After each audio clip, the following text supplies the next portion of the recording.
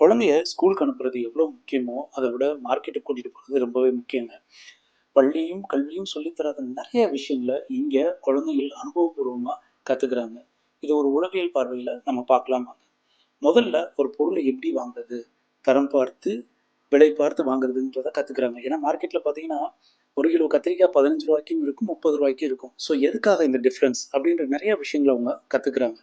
Second வந்து அந்த வயதானவங்க, அவங்க விக்கிறதெல்லாம் பார்த்துட்டு, ஓகே வாழ்க்கையில இவ்ளோ கஷ்டங்கள்லாம் இருக்கா? இப்படிலாம் மக்கள் இருக்காங்களான்ற ஒரு விஷயங்கள பார்க்கும்போது, அவங்களுக்கே ஒரு மோட்டிவேஷன் கிடைக்கும்.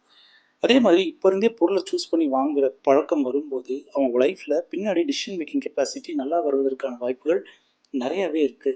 அதே மாரி மக்கள் எப்படி வாழ்றாங்க? ஒரு பொருள விக்கிறதுக்கு எவ்வளோ கஷ்டப்படுறாங்க? ஏன்னா மார்க்கெட்ல நெறைய பேரம் பேசுவாங்க.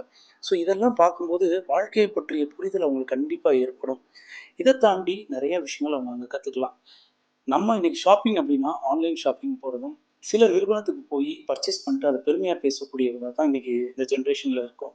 பட் அத தாண்டி உங்க குழந்தைகளுக்கு இந்த மாரி மார்க்கெட் கூட்டு போம்போது நெறைய அனுபவங்கள் கிடைக்கும். At least once in a month நீங்க கண்டிப்பா கூட்டிட்டு போணும்.